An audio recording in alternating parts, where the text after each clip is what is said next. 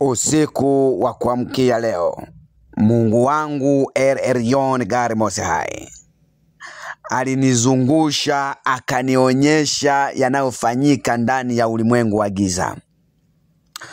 Alinifikisha hadi ndani ya nchi ya Tanzania.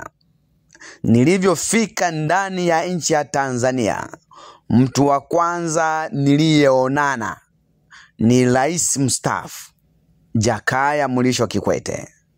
Na nilivyoonana naye, alikuwa anazungumza, anaongea maneno yake, alikuwa anaongea, mimi nikayapinga, nikabishana naye.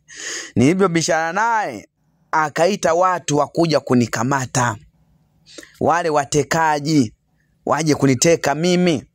Na mimi nikayaona ikabidi nimpigie loya wangu, nimuite, niseme njoo angalie sasa huyu Rais Kikwete, yeye ndo anataka kunichukua mimi.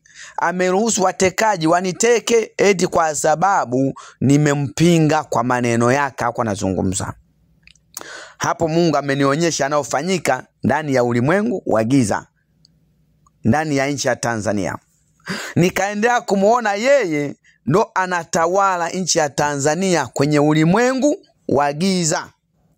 Ninyi mnaweza kuona ya kwamba yeye ni mstaafu, lakini hadi leo yeye ndo anaongoza nchi ya Tanzania kwenye ulimwengu wa giza.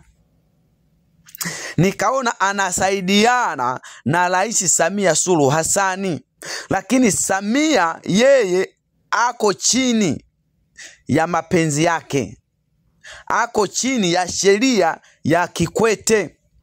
Samia Suluhu anafanya anavyoongozwa na Rais Mstaafu Kikwete. Mnisikilize vizuri kwa umakini.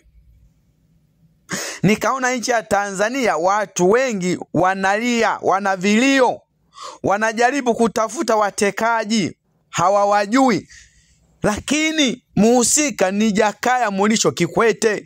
Hizo timu zote za watekaji msitafute sehemu nyingine.